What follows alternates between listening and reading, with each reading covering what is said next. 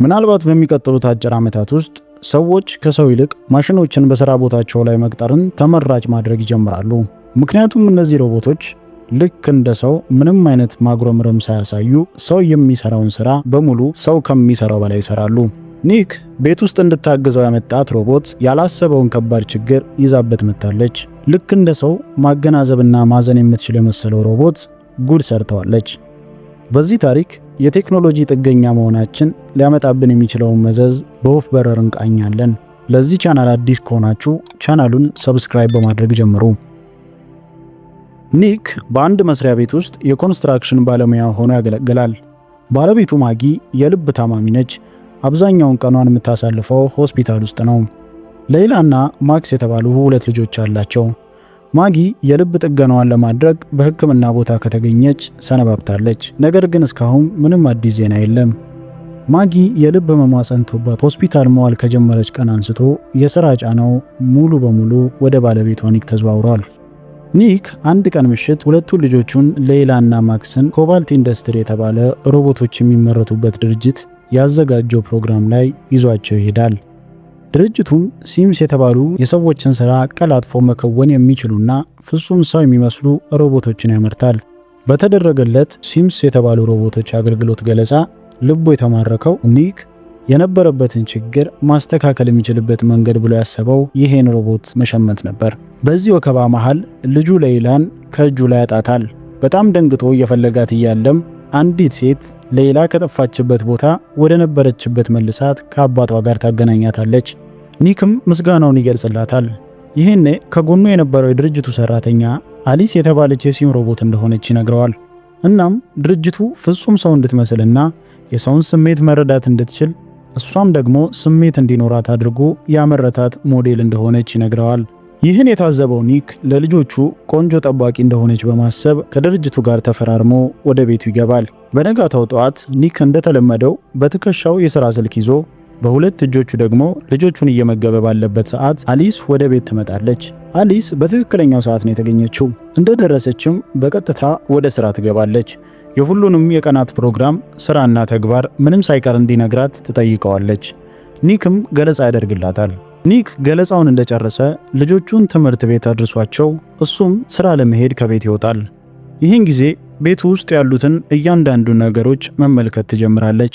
መኝታ ቤት ውስጥ ስትገባም የኒክና የባለቤቱ ማጊ ፎቶግራፍ ትመለከታለች። እናም ማጊ ከነሱ ጋር እየኖረች እንዳልሆነ ትረዳለች። ሰዓቱ ደርሶ ኒክና ልጆቹ ወደ ቤት ሲመለሱ ያዩት ነገር አስገረማቸው። ቤቱ በጣም ጽዱ ነው። እራትም ተዘጋጅቶ ጠረጴዛ ላይ ቀርቧል። ነገር ግን ሌይላ የለመደችው የእናቷን እጅ ስለነበር የተሰራውን ላዛኛ አልወደደችውም ነበር። እየበሉም እያለ ትንሹ ማክስ ማልቀስ ይጀምራል። አሊስም ከኒክ እጅ ላይ ተቀብላ ልጁም ለማባበል ፍቃዱን ትጠይቀዋለች። እሱም ችግር የለም ይላትና ልጁን አባብሎ ዝም ያሰኘዋል። ይህን ጊዜ ቀኑን በድካም የዋለችው አሊስ ማረፍ እንዳለባት ነግራው ወደ አንዱ ክፍል ገብታ እረፍት ማድረግ ትጀምራለች። ሌይላ ከፍ ብሎ ካለው ሼልፍ ላይ ኩኪስ ልታነሳ ወንበር ላይ ትቆማለች። ወንበሩም ያደናቅፋታል። ይህኔ የያዘችውን ኩኪስ ትለቀውና ወድቆ ይሰበራል። አሊስ ከነበረችበት ረፍት ላይ ነቅታ ሌይላን ከመውደቅ ትታደጋታለች። ነገር ግን አሊስ ሰውነቷ ላይ መጠነኛ ጉዳት ደርሷል። የተሰበረው ጠርሙስ እግሯ ላይ ተሰክቷል። ለቁስሏ የተለየ ማሸጊያ ታደርግና በቶሎ ታነሳዋለች። ወዲያውም ምንም አይነት ጠባሳ ሳያስከትል ሙሉ በሙሉ ይፈውሳታል። ተኝቶ የነበረው ኒክ የተሰበረውን ብርጭቆ ድምጽ ይሰማና ከእንቅልፉ ነቅቶ የሆነውን ይመለከታል። ሌይላ ምንም አልሆነችም ነበር። ኒክ ሌይላን መኝታ ቤት ያደርሳትና አሊስ ደህና መሆኗን ሊያረጋግጥ ሲመለስ ልብሷን አውላልቃ ለራሷ እርዳታ እያደረገች ነበር። ኒክም የሚረዳት ነገር ካለ ይጠይቃታል። እሷም ደህና እንደሆነች ትነግረዋለች። ከቀናት በኋላ ኒክና ልጆቹ ማጊን ለማየት ወደ ሆስፒታል ይሄዳሉ። ሌይላ ገና እናቷን እንዳገኘቻት አሊስ የተባለች ሮቦት ጓደኛ እንዳገኘች ትነግራታለች።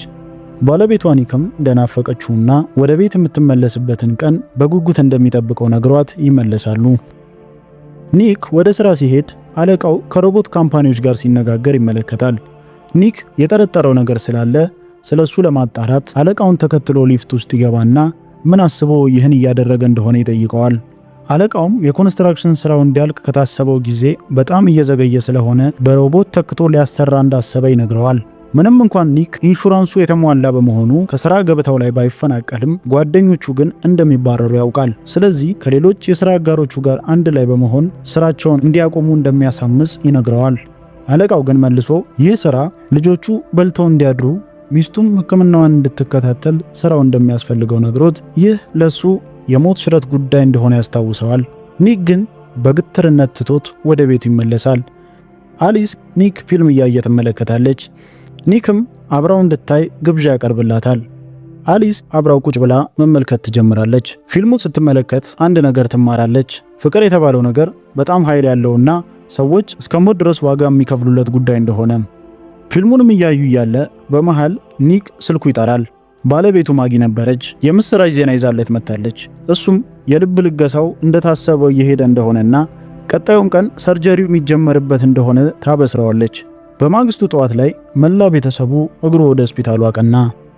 ማጊም ከአሊስ ጋር ብቻዋን መነጋገር እንደምትፈልግ ነግራቸው ሁሉም ወደ ውጭ ይወጣሉ።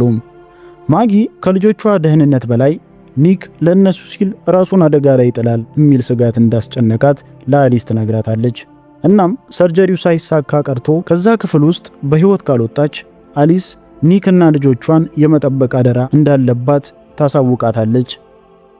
ኒክ ሰርጀሪ የሚደረግበትን ሰዓት በፍርሃት እየተቁነጠነጠ እየጠበቀ ሳለ ለታማሚዋ የሚለገሰውን ልብ የያዘው ሄሊኮፕተር በአውሎ ንፋስ ምክንያት ማረፍ እንዳልቻለ ይነገራታል። ሰርጀሪው ስለተሰረዘም ማጊ በጣም ታዝናለች። የሚስቱን ተስፋ መቁረጥና ማዘን የተመለከተው ኒክ አቅፏት ሊያጽናናት ይሞክራል። ምሽቱ እንዳለፈ በጠዋት ወደ ቤት ይሄድና አልኮል መጠጣት ይጀምራል። በዚህ መሃል አሊስ ትመጣለች።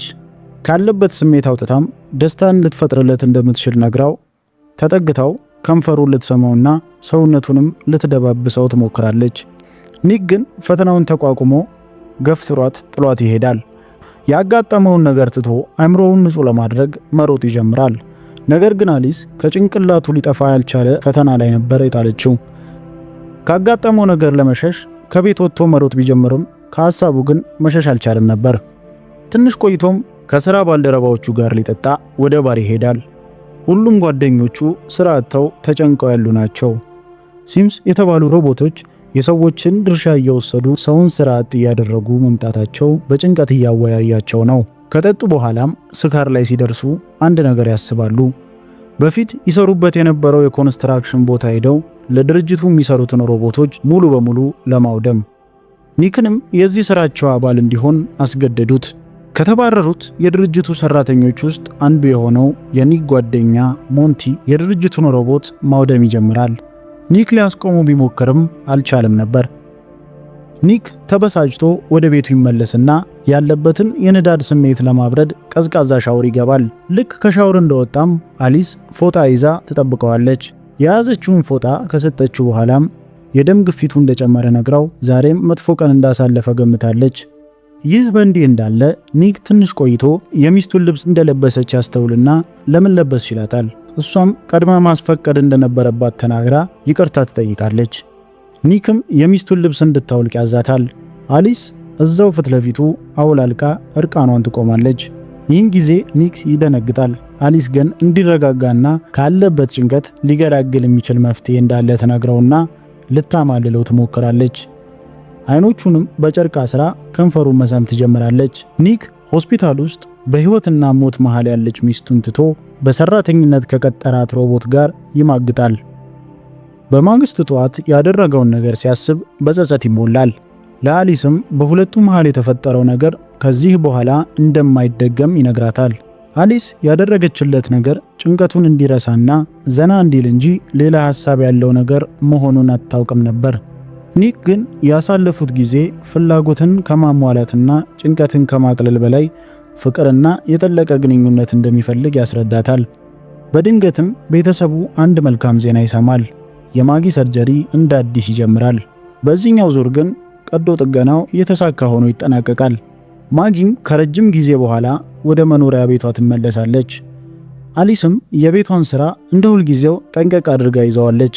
ራስ ሰዓት ይደርስና ቤተሰቡ ተሰብስቦ መመገብ ይጀምራል።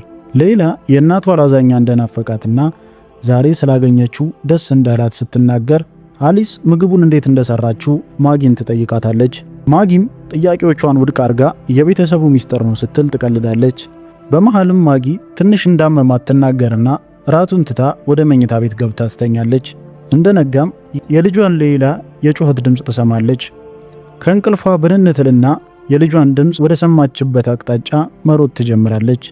ድንጋጤ የምትይዝ የምትጨብጠው ያሳጣት እናት የተደገፈችው የደረጃ ቋሚ ይሰበርና ከደረጃ ላይ ትወድቃለች። ማጊን ከእንቅልፏ የቀሰቀሳት ጩኸት ልጇ ሌላ አደጋ ደርሶባት ሳይሆን ከሰራተኛቸው አሊስ ጋር ስትጫወት ያወጣችው ድምፅ ነው። አሊስ ሌላን ማጫወት ታቆምና ማጊን ተሸክማ ወደ ነበረችበት ክፍል ይዛት ትመለሳለች። ይህ ከተፈጠረ በኋላ አሊስ ሌላን ወደ ክፍሏ ተወስዳትና በእናቷ ማጊ ድምፅ ተረት ታነብላታለች። ኒክም ይህን ነገር ሲመለከት አሁን እናቷ ስላለች ይህን ነገር እሷ ማድረግ እንደማትችል ይነግራትና ድጋሚ እንደዚህ እንዳታደርግ ያስጠነቅቃታል። ይህን ጊዜ አሊስ ማጊ ከደረጃ ላይ ወድቃ ስለተጎዳች ይህን ነገር ማድረግ እንዳልቻለች ለኒክ ትነግረዋለች። ኒክም ደህና መሆኗን በተኛችበት ሄዶ ያረጋግጣል። እንደነቃችም የሻማ ምሽት አዘጋጅቶ ሰርፕራይዝ ያደርጋታል። አሊስ ይህን ነገር በመስኮት በኩል እየተመለከተች እየተከታተለች ነበር። ትንሽ ቆይተውም ባልና ሚስት መኝታ ቤታቸው ውስጥ ይገቡና የፍቅር ምሽት ማሳለፍ ይጀምራሉ። ሲያሳልፉ የነበረውን የፍቅር ጊዜም አሊስ በሩን ከፍታ በመግባት ታቋርጣቸዋለች። እናም ሌላ እየቃዠች እንደሆነ ትነግራቸዋለች። ኒክም ከሞቅ አልጋው ላይ ተነስቶ ሌላን አባብሎ ያስተኛና ምሽቱን የተጠቀሙበትን ዕቃዎች ለመሰብሰብ ወደ ታችኛው ክፍል ይሄዳል። የሥራ ባልደረባው ሞንቲ ባልተጠበቀ ሰዓት ወደ ኒክ ቤት መጥቷል። ሞንቲ በባለፈው ምሽት ስላደረገው ነገር ይቅርታ ይጠይቀዋል። በዛውም ሚስቱ ጥላው ስለሄደች ያለበትን የሐዘን ስሜት ያጋራዋል። ኒክም በጣም እንዳዘነ ይነግረውና ያጽናናው ጀመር። ሞንቲ ከጥቂት ዝምታዎች በኋላ ኒክን ለሥራው ሲል ለምን እንደከዳው ይጠይቀዋል። ኒክም በሱ አሻጥር ከሥራ እንደተባረረ ማሰቡ በጣም ያናደዋል። ክርክሩ እየጋለ ይመጣና ወደ ጸብ ይቀየራል። ሞንቲ ቀድሞ አንድ ጠንካራ ቡጥ ያሳርፍበታል። ድብድባቸው እየተፋፋመ ሄድና ሞንቲ ኒክ ወድቆ ባለበት ሰዓት በያዘው ጠርሙስ ጭንቅላቱን ሊመታው ሲል አሊስ ትመጣና ከሞት ታድነዋለች። ኒክ አሊስን ጉዳት እንዳታደርስበት ይነግራታል። ሞንቲም እየሸሸ አንድ ነገር ያሳስበዋል። አለቃውን ወደ ነባር የሥራ ይዞታቸው እንዲመልሳቸው እንዲያስማማ፣ ካልሆነ ግን በሚወስነው ውሳኔ እንደሚጸጸት አስፈራርቶት ይሄዳል። ይህ በእንዲህ እንዳለ ይህች ሮቦት ለሱ ስትል ሞንቲን የመታችበትን መንገድ የተመለከተው ኒክ ምን ያህል አደጋ የሚያስከትሉ ውሳኔዎችን እንደምትወስን ይጠይቃታል። እሷም ሮቦቶች ለባለቤቶቻቸው ያለምንም ምክንያታዊነት እንደሚገዙላቸው ትነግረዋለች። አስከትላም ባለቤቱ ማጊ እንዴት እንደምትሞትና አሊስም የማጊን ቦታ እንዴት እንደምትተካው ትተነብይለታለች። አልፎ ተርፎም እዛው በቆመችበት ማጊን ለመምሰል በጠርሙስ አንገቷን ትቀደዋለች። በዚህ በኩል ደግሞ በህይወቱ ተስፋ የቆረጠው ሞንቲ ሶፋው ላይ ቁጭ ብሎ አደንዛዥ ዕፅ እየተጠቀመና ጥላው ለሄደችው ሚስቱ በእንባ የታጀበ መልእክቱን እያስቀመጠ እያለ በሩ ይንኳኳል። አሊስ ነበረች። የተገኘችበት ዋናው ምክንያት ጸጸት እንደሆነና ያለኒክ እውቅናና ፍቃድ እዛ ቦታ ላይ እንደተገኘች ትነግረዋለች። ጓደኛውን የሚጎዳ ምንም ነገር እንዳያደርግም ታስጠነቅቀዋለች። ሞንቲም ለሮቦቶች ያለውን ጥላቻ ይገልጽላትና ሽጉጡን ከጀርባው ሳብ አድርጎ ሊተኩስባት ሲል ፈጣን የሆነ ክህሎቷን በመጠቀም ቀድማ እጁን ትጠመዝዘውና ወደ ግድግዳ ትገፈትረዋለች። ሞንቲም ክፉኛ ወዳደቅ ይወድቃል። በወደቀበትም በራሱ ሽጉጥ ትተኩስና ትገለዋለች። በቀጣዩ ቀን ኒክ ወደ አለቃው ጋር በመሄድ ከሥራ የተባረሩትን ጓደኞቹን ወደ ሥራ ገበታቸው እንዲመልሳቸው ይጠይቀዋል። ያኔ ነበር አለቃው የሥራ ባልደረባውና ጓደኛው ሞንቲ ትናንት ማታ ሞቶ እንደተገኘ የሚነግረው። ይህኔ እግሩን አዙሮ በሐዘን ወደ ቤት ይመለሳል። ከህመም ስሜቷ ብዙም ያላገገመችው ማጊ ገንዳ ውስጥ ሆና እየተዝናናች ነው። ከጎን የነበረውን መጽሐፍ ለማንሳት ስትሞክር ሴራሚኩ ላይ ይወድቅባታል። ለማንሳት ትሞክራለች። ህመምና ድካሟ ግን ይህን እንድታደርግ አልፈቀደላትም ነበር። ይህን ጊዜ አሊስ መታ ታነሳላትና ቆማ ትመለከታታለች። ማጊ ታመሰግናታለች። ነገር ግን እርቃኗን መሆኗ ምቾት ስለነሳት እንድትወጣላት ትጠይቃታለች። አሊስ ግን ማጊ ህመም ላይ ስለሆነች ልትሰምጥ ስለምትችል ጥያቄዋን ውድቅ ታደርግባታለች። ቀጥሎም ማጊ ከሆስፒታል ከተመለሰች ጀምሮ ኒክ ገላው የፈለገውን ነገር በደንብ እያገኘ ስላልሆነ ደስተኛ እንዳልሆነ ትነግራታለች። እንዴት እንዳወቀች ስትጠይቃት ግን ዝም ትላለች። ይህን ጊዜ በሁለቱ መካከል የሆነ ነገር እንዳለ ትገምታለች። በጣም ስለተናደደችም በቁጣ ከፊቷ ዞር እንድትልላትና ጋራጅ ክፍል ውስጥ እንድትገባ ታዛታለች። ኒክ ቤት እንደደረሰ በጥያቄ ትቀበለዋለች። ከሮቦቷ ጋር ያለውን ግንኙነት ግልጽ እንዲያደርግላት ትጠይቀዋለች። እሱም ጥያቄውን እንዳልገባው ሆኖ ለማለፍ ይሞክራል። ነገር ግን የባለቤቱ ቁጣ የተሞላው ጥያቄ ሲያስጨንቀው አንድ ጊዜ አብሯት እንደተኛ ይነግራታል። ይህን ጊዜ ጉዳዩ ወደ ተካረረ ስድብ እያደገ መጣ። የሚሰማው ጭቅጭቅና ጩኸት ከእንቅልፉ የቀሰቀሰው ጨቅላ ልጃቸው ማክስ ያለቅሳል። አሊስም ለቅሶውን ታዳምጥና ወደ ክፍሉ ትሄዳለች። ይህ ጨቅላ ልጅ ለቤተሰቡ ችግር ፈጣሪና ሸክም ነው ብላ ያሰበችው አሊስ ካልጋው ላይ ታነሳውና ሻወር ቤት ያለው ገንዳ ውስጥ አስቀምጣው ውሃ መሙላት ትጀምራለች። ሌላ ይህንን ትመለከትና ወላጆቿን እየጮኸች ትጣራለች። አሊስ በሩን ትቀረቅረዋለች። ኒክም በሩን ለመስበር ይታገላል። በዚህ መሃል ማጊ መስኮቱን ትሰብርና ልጃቸውን ከገንዳ ውስጥ ልታወጣ ትሞክራለች። ከገንዳ ውስጥ ልታወጣ ስትሞክር አሊስ ኃይሏን ተጠቅማ ከግድግዳ ጋር ታጋጫታለች። ይህን ጊዜ ኒክ በሩን ሰብሮ ለመግባት እድል ያገኛል። እንደገባም ማክስን ከገንዳ ውስጥ ያወጣዋል። ወዲያው በሩን የሰበረበትን የአምፖል ዘንግ ከመሬት አንስቶ አሊስን ይመታታል። ፊቷም ላይ ከባድ ጉዳት ያስከትላል። ኒክ በድጋሚ ሊመታት ይሰነዝራል። አሊስ በእጇ ትመክትና ዘንጉን ትይዝበታለች። ማጊ ወዲያው የአምፖሉን ገመድ ከኤሌክትሪኩ ጋር ታገናኘዋለች። አሊስ በኤሌክትሪክ ኃይል እንዳልነበረች ትሆናለች። ወዲያውም ሙሉ ቤት ውስጥ የነበረው መብራት ይጠፋል። ከጥቂት ደቂቃዎች በኋላ አምቡላንስ በራቸው ላይ ይቆማል። ማክስን ወደ ሆስፒታል ይዘው ትሄዳሉ። በዛው ሰዓት ከሮቦት ድርጅት የተላከ አንድ ባለሙያ አሊስ ከዚህ በፊት ያጋጠማት የብልሽት ችግር ካለ ኒክን ይጠይቀዋል። ኒክም ምንም ችግር እንዳልነበረባት ይነግረዋል። ወዲያውም አሊስን ባለሙያዎች ጥገና ወደሚያደርጉላት ቦታ ይዘዋት ይሄዳሉ። ትውስታዎቿንም ለመመለስ መጣር ይጀምራሉ። የዛን ምሽት ኒክ ወደ ባር ሄድና መጠጥ መጠጣት ይጀምራል። አሊስ ባልገመተው ሁኔታ ከጉዳቷ አገግማ ፊት ለፊቱ ቁጭ ብላለች። አሁንም ቢሆን እሱን ለማስደሰት እንደምትጥርና እሱን ከማስደሰት ወደ ኋላ እንደማትል ትነግረዋለች። ይህኔ ኒክ ለማምለጥ ይሞክራል። እሷም እንዳይንቀሳቀስ እጁን ጥፍር አድርጋ ትይዘዋለች። ኒክም ደካማ ጎኗን በመጠቀም እጇን እየዳበሰ በፍቅር ሊያማልላት በመምሰል ከጀርባዋ የተቀመጠውን መንቀሳቀስም ሆነ ምንም ጉዳይ መከወን እንዲያስችላት የሚያደርገውን የአንጎሏን ክፍል በጥሶት ይዞት ይሮጣል። ይህን ኒክ የአሊስ ጉዳይ ያበቃል ብሎ ነበር የገመተው። ነገር ግን አሁንም ቢሆን ሆስፒታል ውስጥ የማክስን የጤና ጉዳይ የሚከታተለው ሮቦት ነው። ይህ ጉዳይ ማጊን ደስ አላላትም። ሌላ ኮሪደር ውስጥ ያለውን በር ላይ ጋደም ብላ ያለች የእናቷን ድምፅ ትሰማለች። ድምፁንም ተከትላ ትሄዳለች። በድጋሚ አሊስ ነበረች፣ በሌላ አካል የተፈጠረች ነገር ግን የአሊስን ፋይሎች በሙሉ የያዘች አዲስ ሮቦት። ማጊ ልጇን ይዛ ለማምለጥ ትሞክራለች። ኒክ ከነበረበት ቦታ ወደ ሆስፒታል መምጣት ይጀምራል። ማጊ ልጆቿን ከሆስፒታል አስወጥታ አምቡላንስ ውስጥ ትከታቸውና መኪናውን አስነስታ ለመሄድ ስትሞክር መኪናው አልንቀሳቀስም ይላታል። አሊስ የመኪናውን በር ከፍታ ማጊን ተወረውራታለች። አንገቷንም አንቃ ልትገላት በምትሞክርበት ጊዜ ኒክ ይደርሳል። ኒክ በያዘው መኪና ይገጫታል። መኪናውም ይነዳል። ኒክም ላይ ቀላል የማይባል ጉዳት ይደርሳል። የነደደው እሳት ሁለተኛዋ አሊስን ድጋሚ መጠገን እንዳትችል አድርጎ ቢያበላሻትም እንደምንም በድጋሚ ተነስታ ማጊን ታንቃታለች። ኒክ ከጀርባ ይመታታል። ማጊ ይህኔ ከጎኗ ባገኘችው ስለት አይኗን ትወጋታለች። አሁን የአሊስ ጉዳይ ለአንዴና ለመጨረሻ ጊዜ ያከትማል። በመጨረሻም ቤተሰቡ እንደ አዲስ ይሰባሰባል። ኒክም ቤተሰቡን ለማዳን በከፈለው ዋጋ የማጊን ይቅርታ ያገኛል። አሁንም ግን አደጋው አላቆመም። አሊስን ያመረተው ድርጅት ጥናት ማድረግ ጀምሯል። የአሊስ ፋይልና ኮድ አሁንም አልጠፋም። ያ ማለት አሁንም ድርጅቱ አሊስን ማምረት ይችላል። ፊልሙ ሲጠናቀቅ አዲሷ ሮቦት ከተኛችበት ስትነቃ ያሳየናል። ይህ ታሪክ ስለኛ ነው። አንዳንድ ሀገራት ላይ በሰው አገልግሎት ሲሰጡ የነበሩ ተቋማት ሙሉ በሙሉ በሚባል ደረጃ በማሽን ተተክተዋል። ለኔ ኤአይ ማሽኖች ይዘውት ከሚመጡት እድል ይልቅ ይዘውት የሚመጡት እርግማንና ጥፋት ጎልቶ ይታየኛል። እናንተስ ምን ታስባላችሁ? የእናንተን ሐሳብ ኮሜንት ላይ አስቀምጡልኝ። ቪዲዮን ከወደዳችሁት ሰብስክራይብ፣ ላይክ እንዲሁም ሼር ያድርጉት።